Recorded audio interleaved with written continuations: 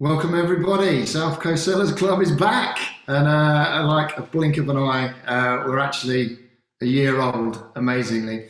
So we were just having a chat earlier, wondering where the hell the time went, and I'm sure you're probably thinking the same.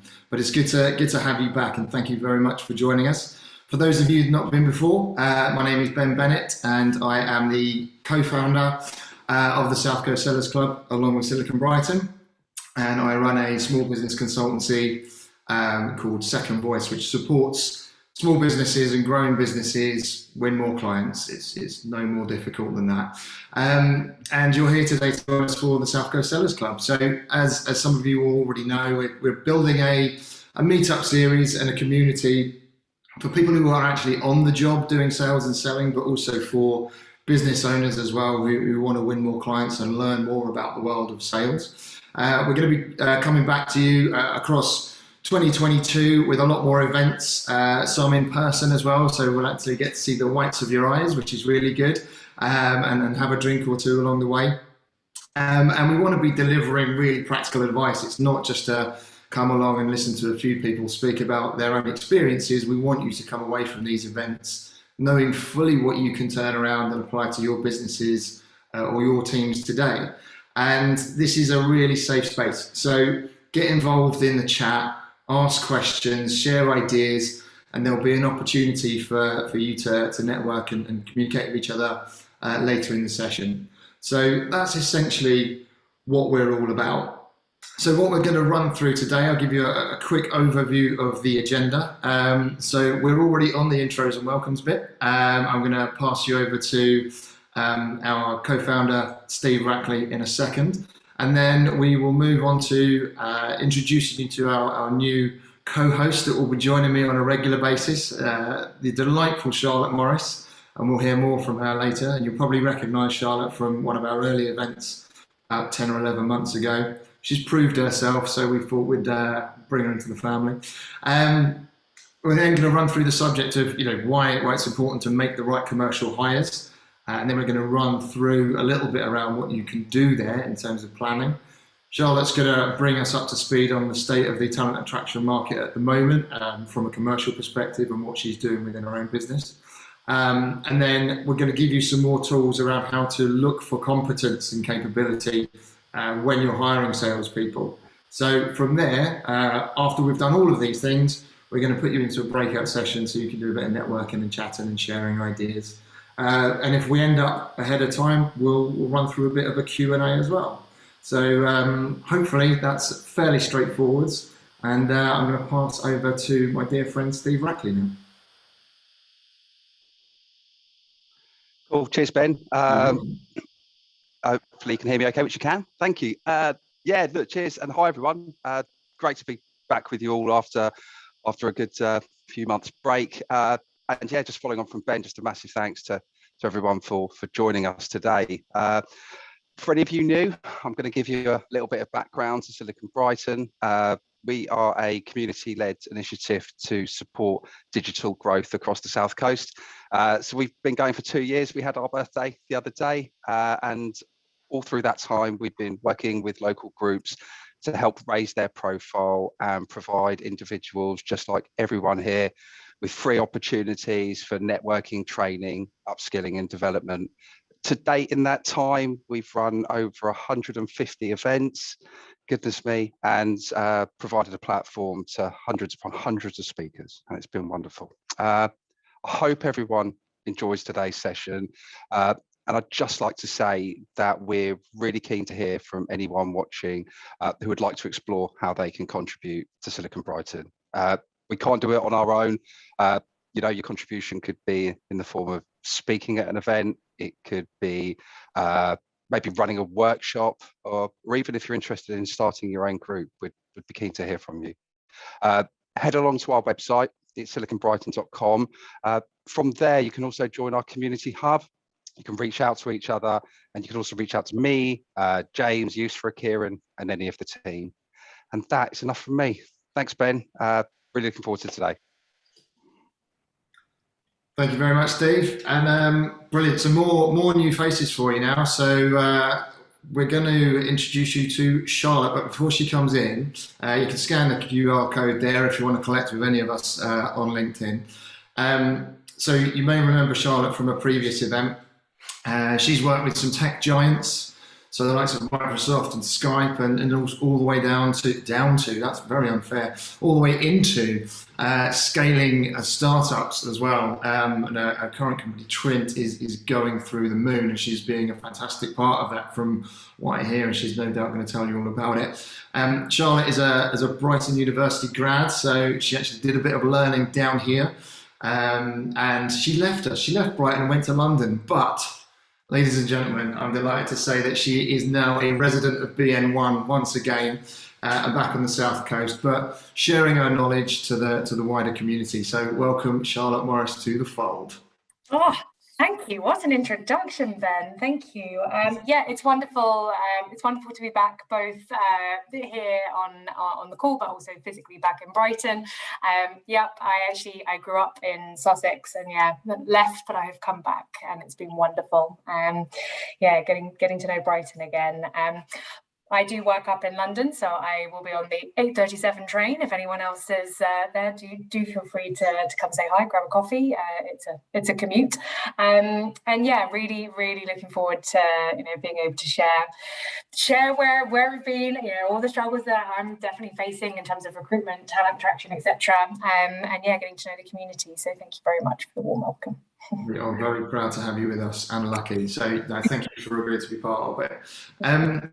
Awesome. Well, so Charlotte and I are going to stay side by side for most of this, and we're going to sort of share our experiences and knowledge, and make it as useful for you as possible. Please do fire questions in as you've got them, and we've got a wonderful team to dive in and help us with those. But I'm going to kick off with just emphasising the importance of making the correct commercial hire. That's why we're all here. Why are we hiring salespeople? How do we do it well, and how do we get the most out of it? And I think the first thing to note, and actually this was probably a point that Charlotte made in the event that she joined us on about a year ago, is that hiring a salesperson into your business is not the silver bullet. Okay, so if you've got a revenue generating company, or even if you're set up pre-revenue and you think, I'm going to make a wild success of this, I'll hire a successful salesperson, I would strongly urge you to not do that, and not do that in the first instance, at least. So it's really important that you're in a position of strength to bring in somebody to go and deliver sales for you. And if you don't have a really clear understanding of who you're selling to, why you're selling to them, a sales process, an understanding of an individual can then come in and start delivering for you. Just waving a magic wand and having someone who's not afraid to pick up the phone or do some LinkedIn outreach will not solve your problems straight out of the blocks. So keep that in mind and make sure you've got those processes in place. Another element that I would urge you to think about is, what is the actual role that I need to be hiring for? And typically when I'm speaking with founders that I'm working with, it's I want to hire a salesperson. Now, that's about as broad as it gets. You've got many different types of roles in the world of sales. Some of you here are directors and managers already and understand that. But just a straight out salesperson, business developer, cold caller, whatever you want to call them, is not always going to be the best example. And one situation we found ourselves in working with a tech startup recently is their go-to-market plan was heavily involved with supporting their clients or winning their clients through partnership channels. So they weren't going directly to their end customer, they were actually going through a partnership framework. So what they needed really was somebody with partnership experience that could go and nurture those relationships and build out this strategic partnership framework. And the skill sets there are really different to someone who's just going to be doing cold calling direct to your target market. So really understand who it is that you want in the role and think about it. And if you don't know who it is, then reach out to Charlotte and myself, and we can help you work out what that looks like. And then when you actually come to recruiting, remember that it's you selling your business as much as it is the candidate applying for a job. And I think that often gets forgotten. a lot of people expect, the hirer expects that the candidate should do all the work and they'll be privileged to come and work for your company. And I think we're going to hear from Charlotte in a minute around the state of the recruitment market. And I think more than ever, we need to, as employers, be fighting really hard to sell the benefits of working for our company. And how do you do it? You can work with recruitment consultancy firms. You can work with job boards directly, advertising, using CV databases. You can use LinkedIn to go and do headhunting or advertise on their platform as well. You can use recruitment process outsourcers, RPOs, which are businesses that come in and augment your team and do the work for you while you slowly grow your business. Or you can lean on your existing staff and get people to refer applications into your company, but make sure you've got a really robust process for them. And I'll explore more on that later. And then the other thing I just wanted to cover before ending this section is just make sure that if you are attracting good people and you're finding the right people, make sure you can onboard them and support them effectively, because it will reduce your chances of failure, because salespeople and commercial roles are highly transient. So the average turnover of staff and sales team is about 35%, and that's a lot. So you want to make sure you're getting them and keeping them and training them and working on them. But another really horrifying statistic, and this is out from America, they've got far more volume than we do over here in the UK, but apparently, unless supported, 48% of new sales hires will fail in their jobs. And that's if they're not onboarded and supported correctly. So it's not just about finding the right person and wow, they've solved all my issues. That is not going to happen, unfortunately. It's about putting in the structures and the frameworks around it. Charlotte, I know you're going through this headache at the moment, so it's I say headache, but it's a process. But tell us a little bit. And I think, if you just start putting, value amounts next to it of just like your time, their time, training, onboarding, etc., it starts to become quite costly in terms of, retention. And you also appreciating you're not going to get it right every time. So not putting all the pressure of 100% of people need to, pass their probations or, get through to sort of the next part of their careers, but just having that factored in, that it is costly and there's ramp up and there's opportunity costs within that as well. And it just comes back to that it's not a silver bullet. It's not going to be day two and everyone's firing and knows exactly what they're doing, but getting as much of that information up front and processes, because especially with a sales function, in my observations, is just of all the functions within the business, this is the most repeatable in terms of it's pretty clear and expectations should be set. So it pays to get that organization done beforehand. I think if you go through a couple of these, it's I wish I'd just spent a little bit more time up front planning the onboarding and working backwards as well as to what is it the problem that's being solved. Definitely Sure. messed up. Well, the process is quite an interesting one as well, and I think it's very easy to assume I'll do a telephone call and then I'll have a face-to-face and then I'll have a second face-to-face with a senior member of team or somebody else to come in and see them, and then that'll be my decision made. And I think what that does is that really emphasizes the fact that it's a one-sided coin. This is all about us. We're going to put you through our process rather than have a chance for them to really get under the skin of the business. And I worked with an events company, and what they did really successfully was, yes, did the phone screening, and yes, did an informal face-to-face where it was, come and find out if you like us, we like you, come on site. Actually gave people an opportunity to sit with existing sales teams.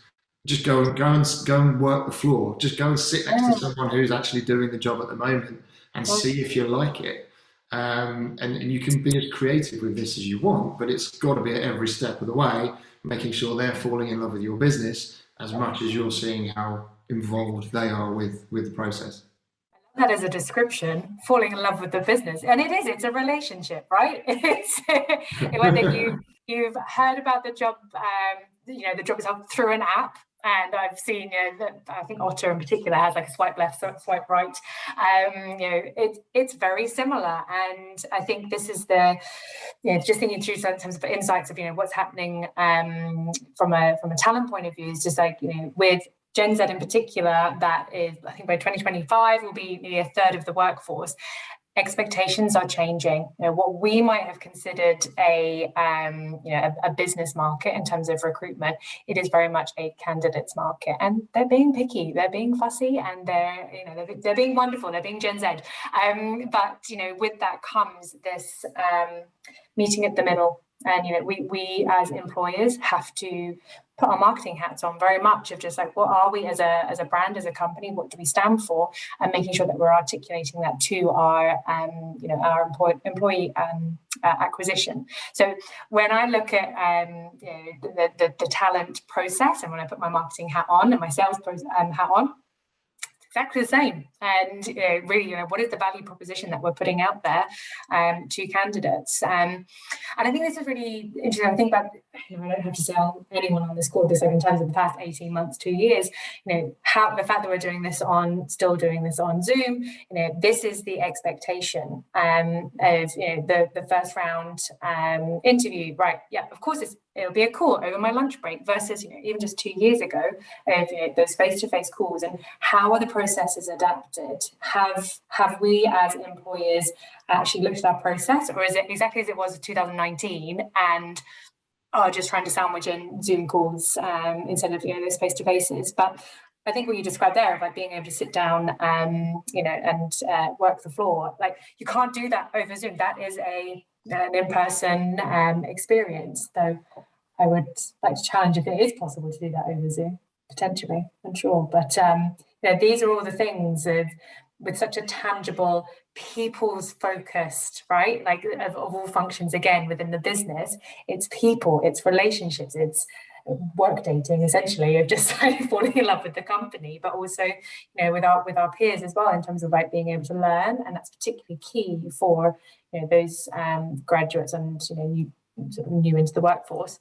How can you make that onboarding as immersive as possible? And I think that's a real key challenge for the sales function, and one we certainly, I have seen a shift over the past, we've been back in for about 4 or 5 months now, so we came back in like May time, but it was very much because we had a very young sales organisation, and we recognised that if they're going to learn and if they're going to be able to get through their onboarding as quickly as possible, they needed to have that sort of human contact and element to it. And I think that's been a real challenge. We haven't always got it right at all. I don't think anyone has a handbook for this, and we're all figuring it out. But I think just coming back to that fundamentals of this is a very people-focused function, and we have to find new ways of doing things and trying to shoehorn in, like I said, sort of 2019, everything being person to person. Like how can you make things like Zoom a bit more engaging and being able to do this creatively? And it's challenging. I've no doubt. And I think, some of the experiences that I've gone through Zoom, and I've helped clients do interviews, and is someone telling the truth? And how can I find out? And the process is fundamental, the onboard is fundamental. But I think one of the things here, and I bet one of the questions on a lot of people's minds, if I'm hiring a salesperson, salespeople are typically very good at selling. And if they're very good at selling, how can I then make sure that they're actually able to do what they're saying they're able to do? Which kind of translates to salespeople can fib. But it's about understanding what you're getting yourself into as someone who wants to hire into the business and wants to bring in salespeople, and how are you going to measure that? I mean, have you got any examples of what you do at Trint, or what you've done in previous businesses where you're able to say, this is our yardstick, if you like, this is what we're going to measure you against? Yeah, absolutely. And I think this is again for different levels of, like, someone coming in from a graduate role to a bit more experience, etc.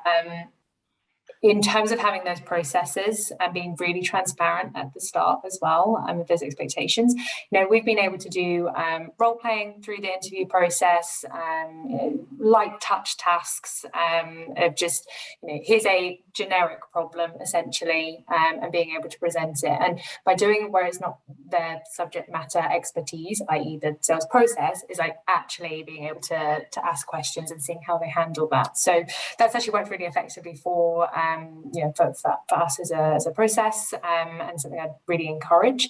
But again, it takes upfront thinking of what is it that you're trying to test and interview for, essentially, and that comes from knowing yourself and the needs of the business. So it's not easy, because if it was, everyone would do it. But really having as quick a process as possible, and this is where you have to strike the balance of speed. You've got to get people in versus thoroughness and due diligence. You can look at things like psychometric tests. They're hit and miss, and I think that also comes in terms of if you have the expertise on your side from a sort of an HR point of view of being able to actually interpret and understand. But I've personally found a lot of success with having those types of tasks and the role playing as well. And again, being very clear on what it is your yardstick in terms of right, that's a good answer, that isn't, rather than figuring it out as you go, because you're just wasting everyone's time from that route. It is definitely tricky trying to do this over Zoom, of just I feel I'm personally a very expressive person, but not everybody is. You have to figure that out, and we've all had to adapt to this. So I guess we're all in the sort of a similar boat, definitely. But yeah, anything to do with problem solving, role playing, going beyond just the textbook questions, right? Where you can Google your top 10 answers for most asked sales questions. It's getting creative with it. But yeah, it's also not a complete science. Absolutely. I think the point that you mentioned about understand the end game is, even if you're applying this to doing sales yourself for your own business, actually the end game is having a customer that is an advocate of your brand, because they've gone through the process of being aware of you, they've engaged with you, they've bought from you, they've received value, and now they're promoting you. The same should be said of hiring salespeople, hiring anyone, is you want that advocacy. So what are the outcomes that you want from a certain step in that process? And actually it's just understanding what capabilities salespeople need, or what you should be looking for, is probably a better point. Now, it's really simple to say, I'm going to go and hire a salesperson who's sold SaaS solutions before, or they've sold food and beverage industry products, or they've sold whatever. That's the industry I'm in. I must get someone with the experience. That can come with its own set of problems as well. And what I've found in my experience is actually the skills-based, or the harder competency-based stuff around sales is less important, which is almost like the curveball for this workshop. So the most important bit is the interpersonal skills, or what is called soft skills, and that term is now being challenged as a relevant and appropriate term. But anyone can teach sales, right? Anyone can be a salesperson. I do not believe salespeople are born. They are trained and they're educated. It's a skill that can be taught. But what you want to be looking for is drive, a performance mindset. Do they enjoy challenges? Have they got conviction? Are they honest? And can they accurately predict success or failure? Effective communication. These are the sorts of skills you want to be looking for. And I've got a nice stat here that I'll let you know, but around 20,000 sales applicants were interviewed, and 11% of those new hires failed because of their lack of sales skills, okay? But 89% of the ones that failed actually lacked the appropriate soft skills. So the role of a trusted advisor.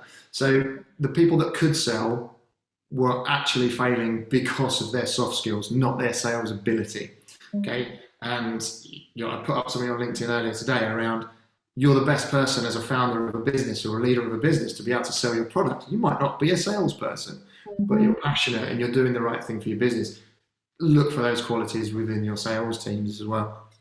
Yeah, actually, that's a really good point. And as I've just written a job description of entrepreneurial spirit, and this isn't even a sales role, actually, this one, but it's something that I'm seeing increasingly more now. Obviously, my background is tech, so of course I'm looking for, right, we're innovating, and that's very specific. But I think it's actually something that, if I think about just thinking through in terms of trends and where we're at from a Gen Z and millennial standpoint,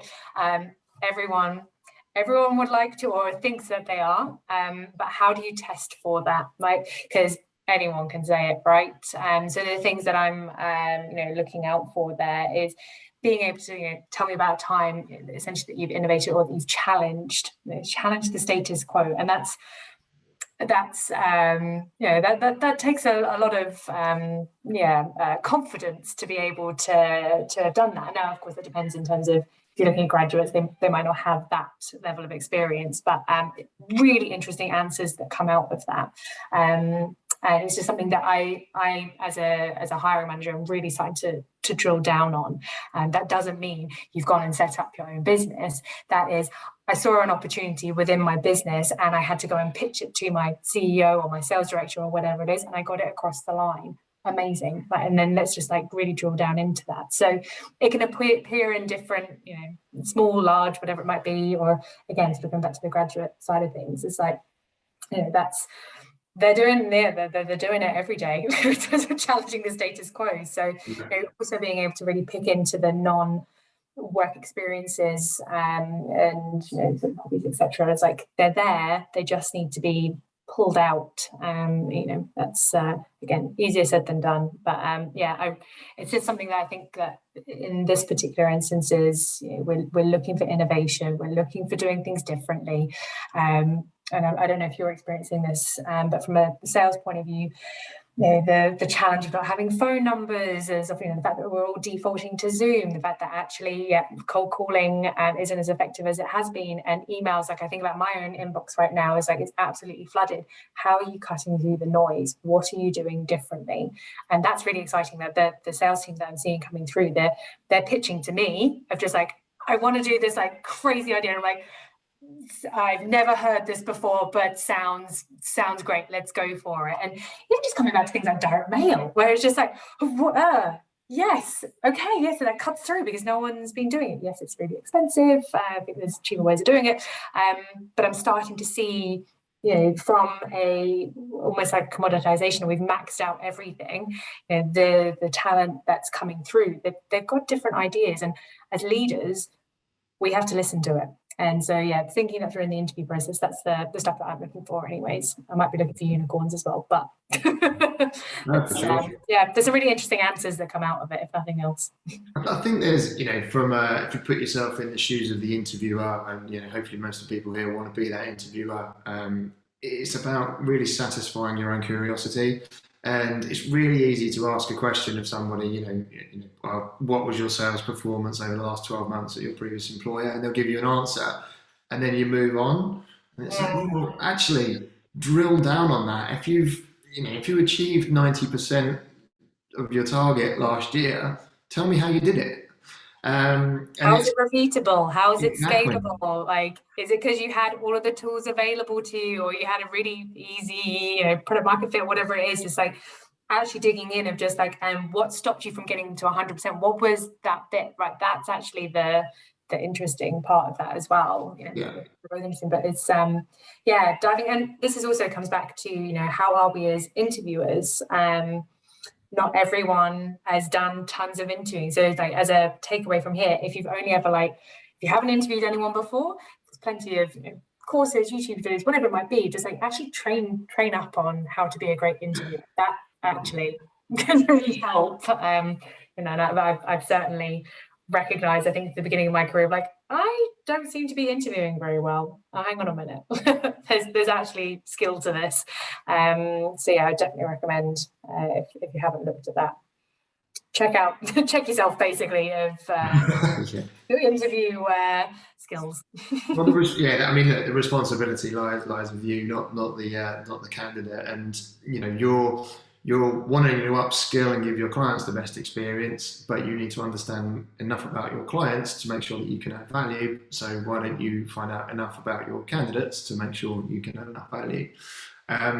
It's interesting. It's like, one of the things that I would say around consistency as well is, and I fell foul of this in my earlier years of recruitment, is not having any standardized processes. So what you end up doing is you go into an interview environment and you're having a conversation with an individual, and they're entirely different questions to the person you asked the previous day, and the answers are entirely different, and you can't then measure with the same degree of confidence. And then what you end up doing is you hire the person that you think would be the most fun down the pub and would fit into the team the best, rather than the one that will do the better job. And it's and then you've got all sorts of bias and bad practices feeding into that. So, something that I'd recommend you all do now, not right now, but head of recruiting, is set up a standardized scorecard, for want of a better phrase, and on that put all of the skills around the sales competence that you want. So it might be objection handling, you're effective at prospecting, negotiation, all the rest of it, and then think about the questions that you want to ask around that. And I think John Edmonds is in the room today. He and I had a conversation recently around how you score. And one of the really good, great and obvious bits of advice is don't have an odd number score. So if you've got a score of 1 to 5, it's very easy to go, I'll sit on the fence 3. But if you've only got an even number, you've got to go one side or the other, positive or negative. And I was just like, that's such an obvious thing. Like so a good tip for life. I love this. Don't score where you've got middle ground. Make sure you're going one side or the other in terms of positive or negative. So even with a 4-point score, 1 is demonstrated no value at all. 4 was blew my mind. But then 2 was showed a little bit, but still not enough to get past the positive element. And then on the other side, what are the minimum acceptable that looks as good. So thank you, John, for that one. But I think it's really important that you have that questionnaire around specific competencies and specific skills, so that you are asking maybe the same questions of everybody, but drill down. So as I said earlier, you've got someone who's come to you and said, I achieved 90% of my target. Get them to show you how they did it. Don't accept that statistic as gospel. Equally, any levels of success will leave a trail, right? So we'll be able to see quite publicly, or you'll be able to evidence what you've done to prove what you're saying. So somebody's achieving 90% of targets in their last company. Well, what we'll do is we'll say, tell us how you did it. And then how you're doing it, you can go through that. Well, their ability to prospect. Are they creating value? What are their presentation skills like? Can they write proposals? And you mentioned earlier around tasks or role plays. Well, all right, here's a task. You've done a pitch to me. I thought I liked it. Here's the things that I liked. Here's the things that I need. Write me a proposal. Yeah. Yeah, and then you'll see all sorts. Are they capable of writing effective documents? Have they met the need? Are they showing value? Are they giving you a call to action, setting a deadlines? All of these other things that are going to be really, really crucial to the skill in that job. Yeah, no, it's so true, and it's applicable to be fair to all roles, but just being able to highlight and if you're looking for something specific as well, it just gives a really nice avenue, and it's definitely something. Again, sort of over the years, I feel like it's becoming more and more of a standard part of the interview process, where it is not just first round with the hiring manager, second round maybe more technical, boom, you're in. Is like there are steps. It is a considered process. On the flip side, it's a candidates market in most situations. So the longer that you take and the more steps that you put in place, the more likely you're going to get dropout. And survival of the fittest through an interview round is not necessarily what you want to be hiring for. So it's just like being mindful of one, not changing that interview process either. I think that's the number one tip that I can, as both a candidate and as an employer, that get that mapped out at the beginning, and unless something like really urgent, don't deviate from it. Be really clear with your candidates and your prospects as to what that process will be. There is nothing worse, and again, I've had this on both sides, where you've gone through the interview round and then at the end there's a task, and you're just like, I have a life. I didn't know that this was part of the process, and it just adds in friction. But then just coming back to this, like, what people think of you through the hiring process, that is your brand. You might not be selling to them, but they're your future advocates. And we've all been in hiring processes where we've been able to come out and gone, I didn't get the role, fine, but you know what, they treated me fairly great, like, and I'm still a really big fan, like, amazing. We've all been on the flip side of I'm never shopping from there ever again. So I think this is the role of sort of the people and talent teams in organizations now. There is this much bigger awareness around your employee brand perception as well. So lots of things to think about. I know it's easier said than done, but it's being mindful of people's time, and that just sounds like a nice thing to do, doesn't it? But it's just like, in this current market, you don't have much time to do anything else, I'm afraid. Be a decent human. And I think that sort of the process bit that we'll touch on in a sec is about you've now had a successful application, and we want to move you into the process. These are the stages, these are the people you'll be meeting, and this is what it looks like if you've been successful. Equally, at any point, if you don't think it's going well and you don't want us, please let us know. And so, and feedback all the way through. And this is if you're looking to have a talent team, or if you're working with a recruitment agency or whichever route, having a partner is great, because you're able to get that feedback through. And I think it's just what you mentioned there, just like who you're going to be meeting, particularly I think more in a sales organization, like knowing if you're going to meet like a senior level of the management or the leadership team, might be slightly terrifying, but it's also really exciting. Like you're wow, like the VP or the sales director or whoever it is that wants to meet with me. Like, that's the importance of that role. And I know they can't do that for every high volume hire, but having that up front, I think it should excite a lot of people for sure. So being transparent with it. I'm gonna draw on your experience as a marketer now, and I haven't even prompted that this might happen, but I think the attraction piece in the first instance is really important. And what I mean by that is like how your advert looks. And I think there's so many people that advertise roles by using the job description. And it's just like, you wouldn't advertise a can of Coke by putting the ingredients up on a poster. You just wouldn't. So, how do you think people should be first doing the attraction of a salesperson? Yep. What's going to pique their interest, do you think, or a marketer?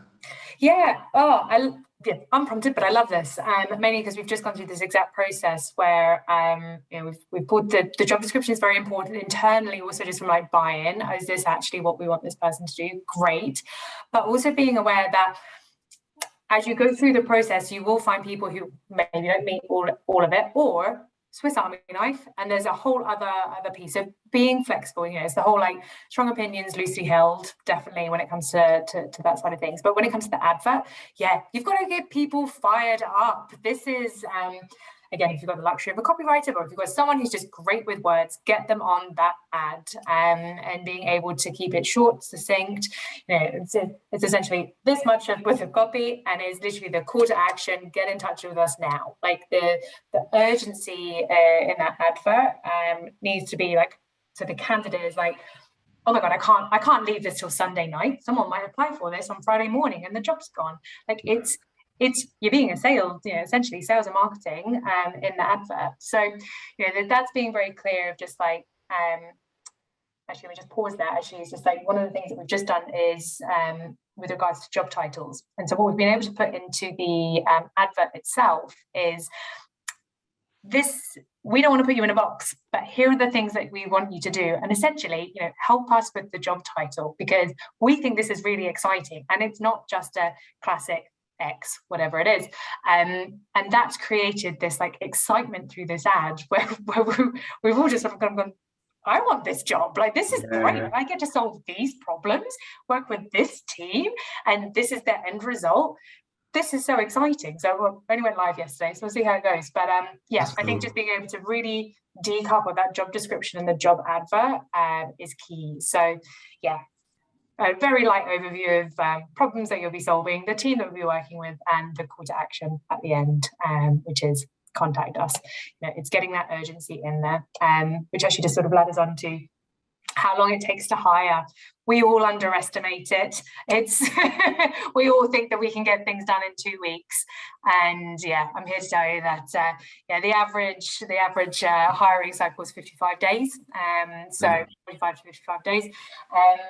And that seems a really long time, but when you think about it, by the time you've got it up and running, 2 weeks of interviews, that's assuming that you've got a pipeline that's coming through. Actually, when I sat down and read it, I was like, yeah, it's pretty much 6 weeks. Some of the high volume resignation periods as well. Exactly. So, it's just being real with yourself. So I think, and this is almost like advice for myself, of, when you're planning out your budget, which I'm sure many of us are for 2022, is that, yeah, great, 1st of January start date. That's not going to happen. Like, let's push this back to February. And actually, it's probably early March by the time that we've kicked this all off. So again, building that into your costs, building that into the expectations as well. Super valuable. I think in terms of the awareness piece and the branding as well, it sort of sit with the tone of voice of your company and how you want to be perceived. But for those of you that remember, a guy called Tony Lloyd came and spoke at one of our first events. And this is a story he told me. I don't know if it was him, but someone he worked with had advertised a role, and the opening line was, "Manipulative employer seeks vulnerable student." And it was one of their most applied for roles ever. I mean, it was all tongue in cheek, but everyone was like, "Oh, I love the fact that you're showing a bit of personality. It really stood out." And it's like, you can have a bit of fun with it. I mean, it's probably not advisable to use that one, but it's just totally. Yeah, and actually tone of voice, I mean, you're speaking my language right from the sort of the brand side of things. It's like it carries over, and I think so for too long the talent and the recruitment side of the business has been so far removed, if I think about from marketing and the brand side of things. And one of the things that we're doing at Trent is being able to bring that in. Like, actually, our talent team should be able to write in our tone of voice, and I don't think they've ever seen a tone of voice document before. Like, it's so far removed. But ultimately, anybody who is customer facing, client facing, employee facing, candidate facing, that's the word I'm looking for, needs to be able to live and breathe. And so it's also making sure that you've got ambassadors within your recruitment team as well. Be that you're the hiring manager and you're having to do that all day every day, or you have your talent team as well, which generally speaking, I've always found really excited for the roles that are coming through. So it's pretty hard, that one. Yeah, well, I think there's lots of fun you can have with it, and we'll be moving into sessions later where we'll be talking as a group. And I've just seen Trista just sent a message there. We are going to be working in a group later if you want to stick around. But so the idea is that what we want you all to achieve from this is to say, well, okay, this is what I can apply in terms of attracting people in. But then some of you have got limited resources, and so how are you as an individual going to do this for your own business? And I think we want to look at process. So that process is how do they apply? Is like what I'd look at is, and with salespeople, and this is just a personal view, not everybody agrees with me on this one. I don't believe CVs are worth the paper they're written on. I'm happy to be challenged on that, but I think it's ultimately a false advert of the candidate, and it's your Instagram of employment, right? It only shows me the good stuff. What I want to know is, tell me about your biggest failures. Tell me where you did your biggest learnings. And so actually, when you're recruiting a salesperson, give them a brief to send you a cover letter. or apply via the written word or a video. So we'll do something a little bit different in terms of getting in front of you. Then sort of map out the stages of your recruitment process. So Charlotte's just mentioned, I'm doing a phone interview first. Then I'm going to do a face-to-face with you, and that might be off-site, that might be on-site, that might be Zoom. Then if we're both happy that we still like each other, and it's fundamental, it's a two-way street, we want to introduce you to two of the people that took that role last year to see how they're getting on now, and go and ask them about us as a leadership team. Go and ask them about us as a business. Let them tell you in their words what it's like to work here, rather than hear it from the owner or the leader. Speak to our customers, maybe. A lot of good customers will offer their services to do that. And then go into that task, go into that role play, but have a brief so that you're getting the specific information. And Charlotte, you said it earlier, work out what information you want to get. And so apply that to, and just to summarize this a little bit, apply it to a scorecard. So you're measuring everybody with the same stick. What are the soft skills that are important to your company? So the ones we covered are drive, mindset, passion for challenges, conviction, honesty, can predict success and failure. You might want to add in your own that are important to you. Are you a good human being? Do you volunteer at the weekends? What are the other things that this human does that make you feel like, do you know what, they're great, and actually these are skills that will transfer. Then when you're asking experience-based questions, like what happened with your target, what was your biggest ever deal, how long did it take you to get up and running with your pipeline in your previous company, they'll tell you the answer, but then challenge. How did you do that? What did it mean to you when you did X, Y, Z? What was the biggest mistake you made in that journey? And what were the key learnings you took from it? And what we're doing here is we're just using really good open questions that, as a salesperson, you should be using on your prospective customers, because you're trying to peel off those layers and really understand who they are. So as you're breaking that down, show me the evidence. You sent out a proposal that closed a £2 million deal, did you? Awesome. Can I see that proposal? Give me the background on it. And you may not be able to through data protection or whatever else, but, ask to see it, satisfy your own curiosity. So, the ability to prospect efficiently is a great skill. Cold outreach and awareness building as a salesperson is an important skill. Are you able to make introductions to individuals and create value? Can you present? Can you handle objections? Are you able to write effective proposals? Can you negotiate efficiently? When you're into a company, can you map out the accounts? Try and identify all of the things that are both within your job description, but your desire of that role. Document them onto the score sheet. And as you go through that score sheet, whatever score they get, and remember, no sitting on the fence, right? Whatever score they get, scores 1 to 4, or however many you need it to be, make sure you've got a cutoff. So anybody that did not achieve a score of X just doesn't make it through. Anybody above does. And hold yourself true to that, because you're going to be sticking to some core values, core competencies, core skills that you want to measure. And you might want a wild card that you can put through. But 9 times out of 10, if you're measuring people with the same criteria in the same way, you're going to end up with the pick of the bunch. And then it's about just making sure that they fall in love with you as much as you love them. So that's what I'd look at from a measurement framework, okay? And what that does is that removes bias. It lets the score tell you, and then you might have an opinion versus your co-founder or another department head, depending on who's recruiting, okay? But at every single stage, link back to whatever is happening within the process that they're going through. I'm asking you all of this stuff, candidate A, because the next step is about presentation skills, and I want you to show us what you're made of. And here's the brief. Or I want you to role play with our director, and here's the brief. And this is why we're making sure that you are capable to get to that next stage. And I guess one of the final points I'd mention is, where possible, get different set of eyes on it. Okay, so not just you, not just Charlotte, not just me. Make sure you get at least a minimum of 2 people involved in that recruitment process, even if it's an advisor, because you need perspective. And I'll leave that. Yes. Leave that there. Anything to add?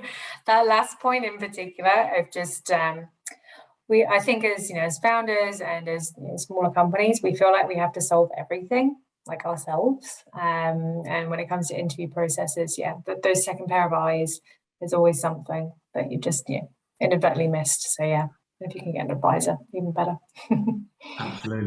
Absolutely. Right. So we've been talking at you guys quite a lot, and I appreciate there's a lot of back and forth there and a lot of information to scribble down. What I'd like to do is all jump into breakout rooms, and we're going to put you into little groups. And Charlotte and I are actually going to be thrown in there with you. And this is the topic of discussion, really. So, what are your current recruitment plans? What are you looking to do? If you're not hiring, don't worry so much about it. But what would you have done if you were hiring? How would you have gone about it? And then the second bit to think about is, after hearing myself and Charlotte share this information and experience and ideas, which aren't a be all and end all, by the way. There's plenty of people within the recruitment space that can add a lot of value as well. What are you going to be looking to implement after hearing what we've got to say? Okay, so we're just going to jump in. We're going to have 15 minutes. If you need to leave the groups for whatever, you can come back into the main room. You're more than welcome to do so. But let's just have a chat and try and get some ideas into your own business. I'm seeing smiles. That's reassuring. You're on mute, Charlotte. How many times? I'm on mute. How 2021. Of course I'm on mute. Yes, lots of smiles. Super interesting, and just where everyone's at on their recruitment journey. Smiles. Absolutely. I think some of the things that the group that I was in covered, so it's more around, or a lot around, the attraction piece. And so, Charlotte, as you mentioned, there is a very candidate-driven market. So the differentiator, how you're selling yourself, how you're advertising, is going to be a crucial part of what comes next. So, what we can do, Charlotte and I will pull some resources and send over some information after the event about, how to write job copy, things you can look at, some good examples of standing out, because I think that's going to be really important. And Lewis, who's at Tillo, basically mentioned that when he was employed or in the recruitment process, having access to the chief exec at the end of the process, just for them to sound him out, and that as something that not other companies did not do, and therefore it was like, wow, these people care, they want to be involved, and then you've got that employee advocacy support already, which is really great. But I think the bit that I heard, and I don't know about the other groups, but it's about attraction. It seems to be the most important piece, as opposed to separating the individuals and who are good at their job when they're in the process. So much like sales, it's about lead gen, right? It's about, we've got to go back to the lead gen side of things, and how are we presenting ourselves? What channels are we going through? How are we advertising? And just sticking an advert up on Indeed and keeping your fingers crossed is just not going to cut it anymore. You spoke about, Charlotte, about some of the stuff that you've done. It's going to be really, really important to further emphasize that, I think. But what was your chat about? Yeah, so on our group, we were actually talking about almost in terms of like diversified alternatives, because no one was actively recruiting, but certainly in terms of having that external viewpoint. So I think really just like drilling into what you were saying with regards to those second pair of eyes. So we were discussing as well having more of a partnerships channel as the sales channel, essentially, and actually what that brings in terms of essentially able to outsource, but also having a trusted partner and peer, especially when you're a founder and an SME, of just like another trusted business or person of right, this is where we're going. This is what to drill down on and help and support. I really personally felt that one, having co-founded a business before. So that was super interesting. And then from an advisory point of view and sort of outside of the business, and that Swiss Army knife. And really just bringing that into, you can get into the sales function, but particularly if they're able to provide a different lens and help you with other parts of the business, then that's amazing, essentially. And then we ran out of time. Too short. Too much. But it's another great thing, and you've probably seen some debate on this online as well, is when you're hiring for salespeople or any role, advertise the salary. If it really is competitive, put a salary on it. And certainly with salespeople, they want to know what they can earn. So, it doesn't matter if you're hiring for an 18K, a 35K, 60K role, whatever it is, they're going to come in and be like, what are your top earners making? And how do I get there? And, actually they should be asking you those questions, because, then they're chomping at the bit. It's like, I want to know how much money I can make and get me in there. So, if you're happy to do so, I would always urge sharing as much information as humanly possible. But yeah, some really, really great information from you. Thank you, Charlotte. I think it's really valuable, and hopefully there's some good tips that you can take away into your own business today. I think we've still got sort of 15 minutes or so before the end of the session, and if people want to head off, please feel free to do so. But I mean, what I'd like to do, unless you've got any closing comments, Charlotte, is no? Cool. Thank you for having me and letting me crash. You're permanently crashing now, so you're in. So, I mean, are there any questions that anybody in the audience has got, or you want us to answer or give an opinion on? One thing I will say is I'm not a recruitment expert, and we have recruitment experts if you want to speak to somebody. But in terms of the sales side of things, the attraction piece, the processing, the questioning, what do you like? What do you want to share? What do you want to know? Let's open forum for the next few minutes.